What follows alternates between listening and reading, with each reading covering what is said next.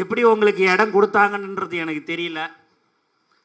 எங்கே போனாலும் நீங்கள் பார்த்தீங்க அப்படின்னா தமிழக வெற்றி கழகத்துடைய நிகழ்ச்சி நடக்குது என்று சொன்னால் யாரும் இடம் கொடுக்கக்கூடாதுன்னு சொல்கிற ஒரு அரசாங்கம்தான் இந்த தமிழ்நாடு அரசு. ஏன் இதெல்லாம் சொல்கிறோம் அப்படின்னு பார்த்தீங்க அப்படின்னா, தலைவர் தளபதி அவர்கள் கட்சி ஆரம்பித்த உடனேயே எல்லாருமே அதை ஒரு சாதாரணமாக எடுத்துக்கினாங்க. அதுக்கு அடுத்தபடியாகத்தான் எல்லாருக்குமே தெரிஞ்சுது, எறும்பு எல்லா இடத்துலையும் பூந்து வரும், எல்லா இடத்துலையும் இருக்கும். அந்த மாதிரி நம்மளுடைய தமிழக வெற்றி கழகத்துடைய நிர்வாகிகள் ஒவ்வொரு இடத்துலையும் எறும்பு போல் இருந்து கொண்டிருக்கிறார்கள். மேலும் இப்போ நிர்மல்குமார் சார் சொன்னது மாதிரி இப்போ எல்லா இடத்துலையும் எப்படி வழக்கு போடுறது நம்மளுடைய நிர்வாகிகள் மீது தான் என்று நடந்து கொண்டிருக்கிறது. அதை ரொம்ப அழகாக வழக்கறிஞர்களாகிய நீங்கள் அதை ரொம்ப அழகாக நீங்கள் அதை எடுத்துக்கொண்டு அவர்களை எப்படி வெளியில் எடுத்துன்னு வரணுமோ நீங்கள் எடுத்துகிட்டு வந்து கொடுக்குறீங்க. முந்தா நாள் கூட ஒரு பெயில் அன்னைக்கு நைட்டே இட்டுன்னு போனாங்க. இட்டுன்னு போய் ஒரு அரை மணி நேரத்திலே ஃபோன் அடித்து சொன்னார், பெயில் வாங்கிட்டேன்னுட்டுன்னு.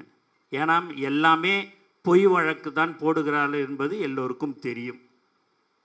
கடந்த வருடம் வழக்கறிஞர் பிரிவுன்ட்டு ஒரு மீட்டிங் போடுவோன்னு சொல்லிட்டு போட்டேன். நான் என்ன நினச்சேன் அப்படின்னா, ஒரு 200 பேர் 250 பேர் வருவாங்க அப்படின்னு நான் நினச்ச இடத்துல 1500 வழக்கறிஞர்கள் தமிழக வெற்றி கழகத்துடைய அலுவலகத்தில் கலந்து கொண்டார்கள். நான் ரொம்ப ஆச்சரியமாகவே நான் பார்த்தேன். ஏனென்று சொன்னால், கட்சி ஆரம்பித்த பிறகு தான் நான் அந்த அட்வொகேட் விங் முதல்லேருந்து மக்கள் இயக்கமாக இருக்கும்போது இருந்திருக்கிறாங்க. சரி, அழைச்ச எல்லாருக்குமே வேலை இருக்கும், கோர்ட்டில் வேலை இருக்குமேன்னுட்டுன்னு இருந்தேன்.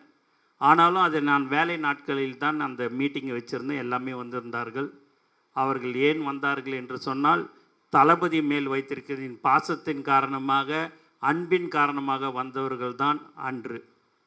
இன்று இங்கே பார்க்கும்போது ரொம்ப சந்தோஷமாக இருக்குது.